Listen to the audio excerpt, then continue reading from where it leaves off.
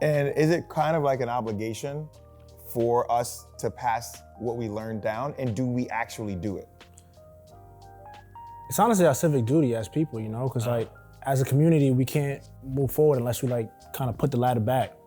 Because like if you're sitting there like just gatekeeping everything, like I made it this far, I'm doing this, I'm gonna enjoy the fruits of my labor without even like not even like harvesting your fruit and like passing it on so somebody else could grow it and so on and so forth. You see what I'm saying? Yeah. So it's like, why are you doing it if you're not gonna do this for your people that are already like targets of oppression?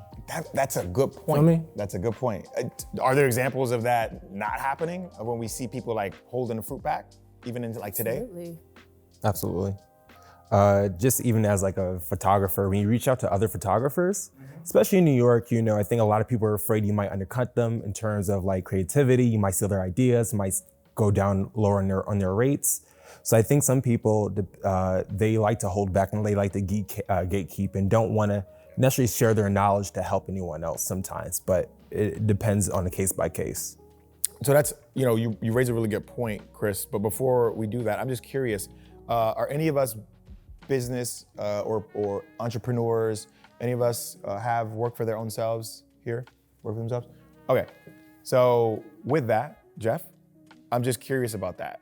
So we talk about gatekeeping and we talk about Chris's example of saying, all right, well, photographers, like, all right, they hold back their information. Is there a difference between seeking information, seeking advice, mentorship? Are there differences, or is like, you know, F you, pay me? Is there a difference? Yeah. I think there's a difference. Okay. I feel like, you know, you should definitely try to seek the advice, but, you know, again, you know, a lot of people aren't willing to share the advice because, as he said, you know, they don't want you to, you know, come up over them. You know, they want you to stay below where they are.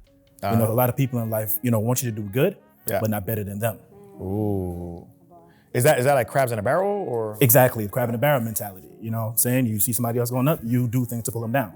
You don't try to elevate them because you feel like you should be above them.